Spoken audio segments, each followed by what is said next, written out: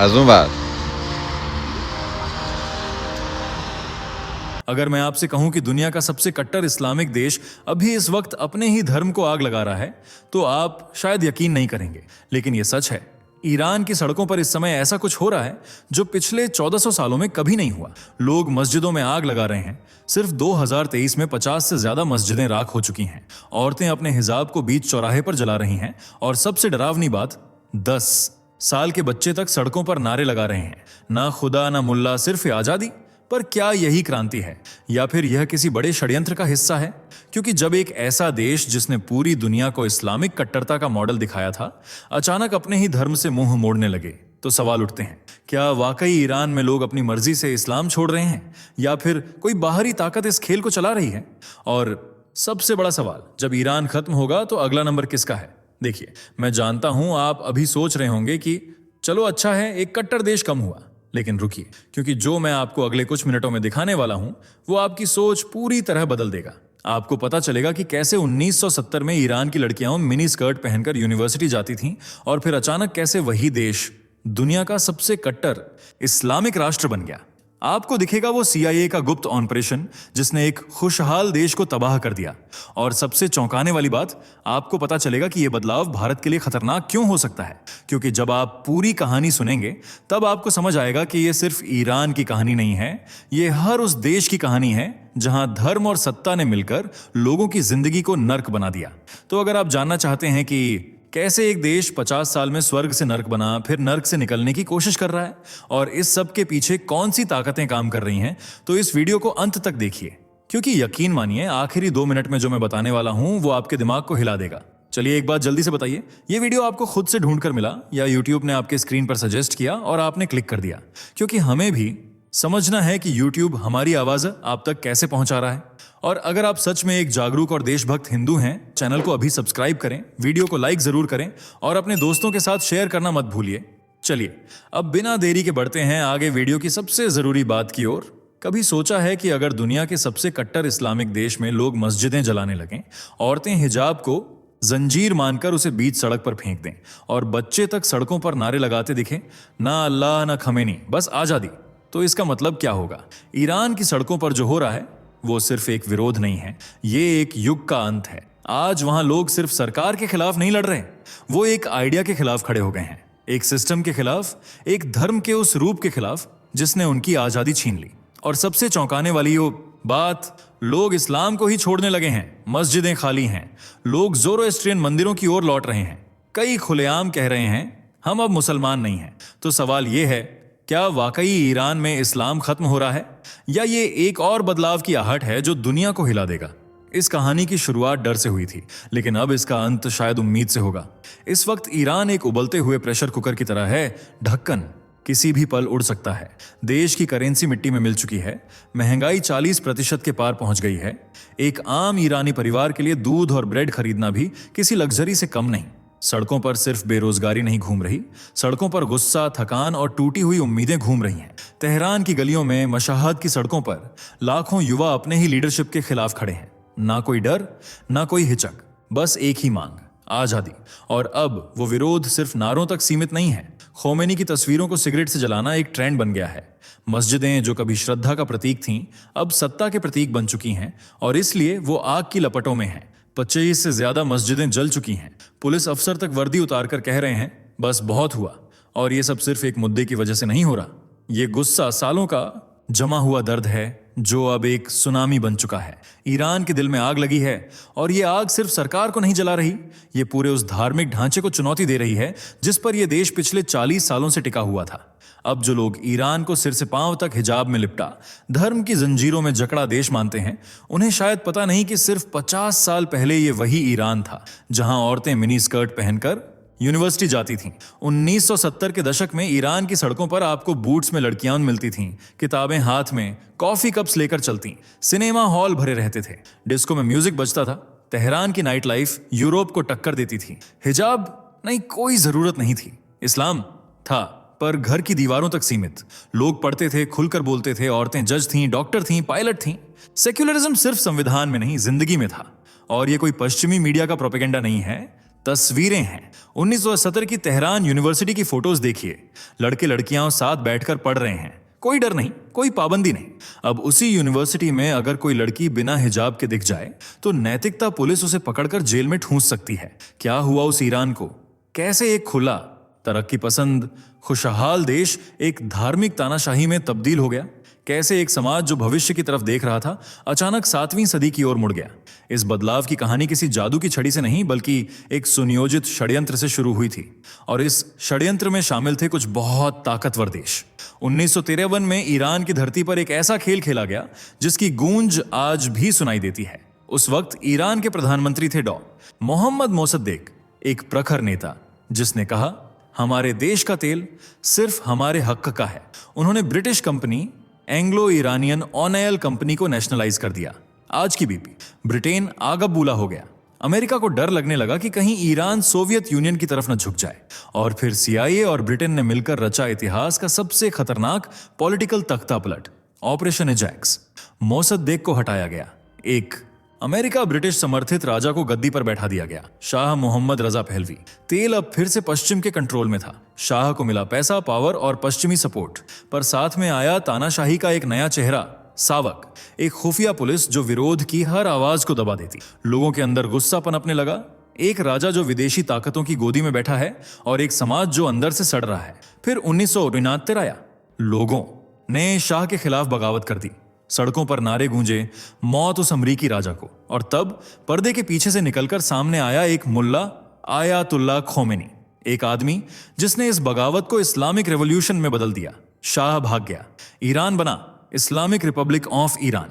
लोगों को लगा अब आजादी मिलेगी, पर उन्हें नहीं पता था कि वो अमेरिका की गुलामी से निकलकर शरीयत की जेल में कूद गए हैं। From America's puppet to Islam's dictatorship, Iran ने सत्ता का रंग बदला था, पर जंजीरें वहीं की वहीं थीं, सिर्फ चमक बदल गई थी। 1971 में जब शाह भागा और खोमेनी आया तो लोग जश्न मना रहे थे। लगा था अब डर का दौर खत्म होगा, अब न कोई विदेशी गुलामी, न कोई तानाशाही। लेकिन कुछ ही सालों में सच सामने आने लगा। खोमेनी ने वही काम दोहराना शुरू कर दिया जो शाह करता था, शायद उससे भी ज्यादा बेरहमी से। एक नई सीक्रेट पुलिस आई, गश्ते इरशाद। काम, तुम्हारे कपड़ों की निगरानी, तुम्हारे बालों की लंबाई पर पहरा, तुम्हारी सोच तक को कंट्रोल करना।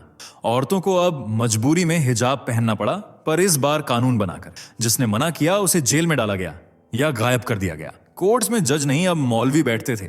सजा तय होती थी शरिया कानून के हिसाब से। जो इस्लामिक रेवोल्यूशन लाए थे उन्होंने ही विरोध को हराम करार दे दिया।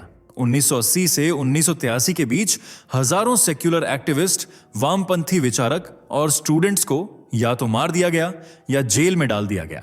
ये वही लोग थे जिन्होंने शाह के खिलाफ लड़ाई लड़ी थी। जिस बदलाव के लिए लड़े थे वही सबसे बड़ा धोखा बन गया। ईरानियों को आजादी नहीं मिली, उन्हें एक नई जेल मिल गई।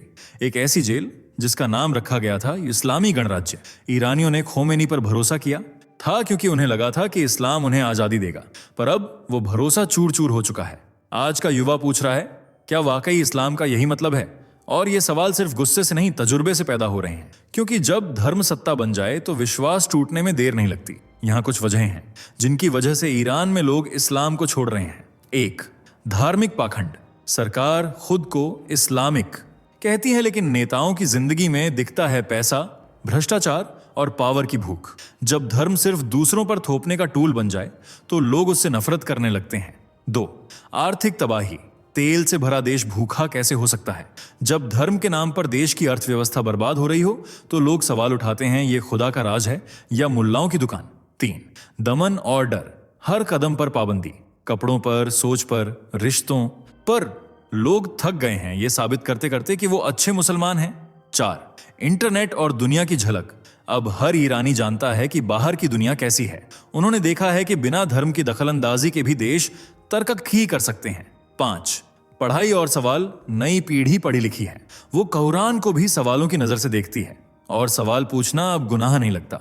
एक रिपोर्ट के मुताबिक 50% से ज्यादा ईरानी खुद को अब नॉन रिलीजियस मानते हैं।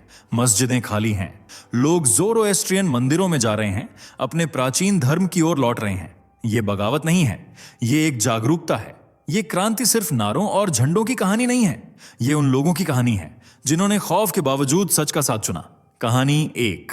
महसा अमीनी 22 साल की लड़की तेहरान में अपने भाई के साथ घूम रही थी। उसका हिजाब थोड़ा ढीला था, बस यही उसकी गलती थी। मोरालिटी पुलिस ने पकड़ लिया। कुछ ही घंटों बाद उसकी लाश उसके परिवार को लौटा दी गई।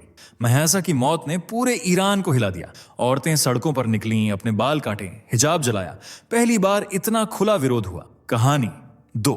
अली, एक एक्स मुस्लिम, एक कॉलेज स्टूडेंट, जिसने सोशल मीडिया पर पोस्ट किया, मैं अब मुसलमान नहीं हूं, मैं सिर्फ इंसान हूं। अगले ही दिन उसे अरेस्ट किया गया, महीनों जेल में रखा गया। पर आज वो फिर से बोल रहा है, गुप्त पहचान से, लेकिन आवाज वही है। कहानी 3। गुमनाम बुजुर्ग। महिला एक वायरल वीडियो में दिखती है, सफेद चादर पहने, हाथ में आग। वो तेहरान की एक मस्जिद की दीवार पर खोमेनी की तस्वीर जला रही है। चेहरे पर कोई डर नहीं, आंखों में सिर्फ थकान और हिम्मत। ये क्रांति हथियारों से नहीं, हिम्मत से लड़ी जा रही है। जब एक महिला अपने बाल खुला छोड़कर सड़कों पर निकलती है, वो सिर्फ फैशन नहीं कर रही, वो सिस्टम को चैलेंज कर रही है। जब एक युवा बोलता है, मुझे नहीं चाहिए तुम्हारा धर्म, वो सिर्फ एक राय नहीं दे रहा, वो इतिहास को दोबारा लिखने की कोशिश कर रहा है। ईरान में जो हो रहा है वो सिर्फ एक देश का विद्रोह नहीं है, ये पूरे इस्लामिक वर्ल्ड के लिए एक सिग्नल है। जब एक ऐसा देश जिसने पूरी दुनिया को कट्टरपंथ का मॉडल दिखाया था, अब खुद उस मॉडल को तोड़ रहा है, तो बाकी देशों के लिए भी सवाल उठते हैं। क्या पाकिस्तान, सऊदी अरब, अफगानिस्तान जैसे देशों में भी लोग सोचने लगेंगे कि धर्म और राजनीति की शादी कब तलाक में बदलेगी? क्योंकि ईरान का यह बदलाव सिर्फ सरकार के खिलाफ नहीं है, ये उस सोच के खिलाफ है जो कहती है कि एक अच्छा मुसलमान वही है जो चुपचाप माने। अब एक नई लहर उठ रही है जहां सवाल पूछना हराम नहीं, हक बन गया है। शायद ये एक साइलेंट रेवोल्यूशन की शुरुआत है। शायद और भी मुस्लिम देश अपने युवाओं को पूछते हुए पाएंगे, क्या हमें भी बदलने की जरूरत है? ईरान का यह आंदोलन बता रहा है, कट्टरता की उम्र होती है, लेकिन आजादी की भूख कभी नहीं मरती। ईरान में इस्लामिक शासन का कमजोर होना सुनकर भारत में बहुत से लोग खुश होंगे। चलो, एक कट्टर इस्लामिक देश कम हुआ, लेकिन सवाल यह है, क्या यह भारत के लिए वाकई अच्छी खबर है? आज जो ईरान भारत के साथ चबहार पोर्ट पर हाथ मिला रहा है, वो वही ईरान है जो कभी कट्टर इस्लामिक शासन में था, लेकिन फिर भी उसने पाकिस्तान के बजाय भारत को चुना। अगर कल को वहां अमेरिका समर्थित कोई पपेट सरकार आ गई, तो क्या वो सरकार भारत के साथ वैसा ही व्यवहार करेगी? याद रखिए, 1965 और 1971 की जंगों में जब ईरान पर शाह का राज था, उसने खुलकर पाकिस्तान को सपोर्ट किया था। तेल दिया, हथियार दे, लॉजिस्टिक सपोर्ट दिया।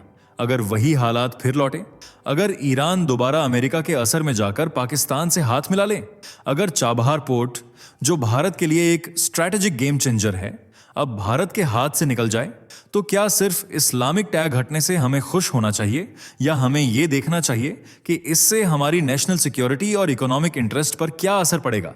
भावनाओं से नहीं, हमें पॉलिसी और स्ट्रैटेजी से सोचना होगा, क्योंकि इमोशंस ट्वीट करते हैं, लेकिन डिप्लोमेसी बॉर्डर बनाती है। इतिहास हमें बार बार यही सिखाता है, हर क्रांति एक उम्मीद लेकर आती है, और अक्सर वही उम्मीद किसी नई तानाशाही की नींव बन जाती है। जिस खोमेनी ने शाह को तानाशाह कहा था, वही खुद सुप्रीम लीडर बना। ऐसा लीडर जिसे कोई हटा नहीं सकता, जिसे कोई सवाल नहीं कर सकता। इसे कहते हैं आयरन लॉ ऑफ ओलिगार्की। ये सिद्धांत कहता है कि हर संगठन, चाहे वो कितना भी लोकतांत्रिक क्यों ना हो, समय के साथ कुछ लोगों के हाथ में सत्ता केंद्रित कर ही देता है। और यही हुआ ईरान में। पहले अमेरिका का पपेट शासक था, फिर इस्लाम के नाम पर एक नया तानाशाह आया। नाम बदले, चेहरे बदले, पर सिस्टम वहीं रहा। लोग वहीं थे, दर्द वहीं था, सिर्फ जेल की दीवारें बदल गईं। पर अब लोग बदल गए हैं। अब वे सिर्फ सत्ता से नहीं, उस सोच से लड़ रहे हैं जो उन्हें गुलाम बनाती है। अब वो धर्म को नहीं, धर्म के नाम पर होने वाले धोखे को नकार रहे हैं। और इसीलिए ईरान में धर्म खत्म नहीं हो रहा, लोगों की अंधी आस्था खत्म हो रही है, और शायद वही असली शुरुआत है। आज ईरान की कहानी हमें एक आखिरी सबक देकर जाती है। धर्म जब सवालों से डरने लगे और सत्ता जब खुद को खुदा समझने लगे, तब विद्रोह तय हो जाता है। ये सिर्फ ईरान की लड़ाई नहीं है, ये हर उस इंसान की लड़ाई है जो सोचने की आजादी चाहता है। अब सवाल आपसे है, क्या आप सिर्फ देखने वाले बनेंगे या समझने वाले? अगर आपको सच जानना है, इतिहास को बिना डर के देखना है, तो चैनल को अभी सब्सक्राइब कीजिए, वीडियो को लाइक कीजिए और इसे शेयर कीजिए, क्योंकि जागरूकता ही सबसे बड़ी क्रांति होती है। दोस्तों, आपको स्क्रीन पर 2 और वीडियोस दिखाई दे रही हैं, जिसे देखने के लिए स्क्रीन पर क्लिक करें।